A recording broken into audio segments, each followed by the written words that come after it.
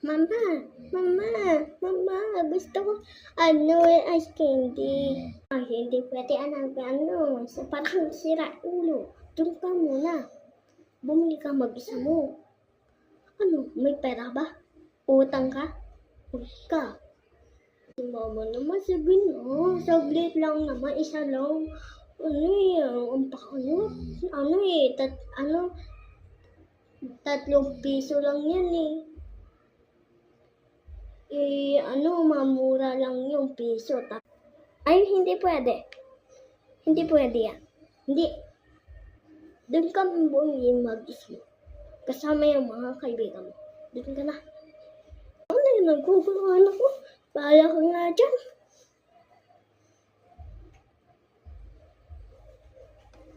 Ay, sinasagot mo ako. Bahala ka dyan. Bumili.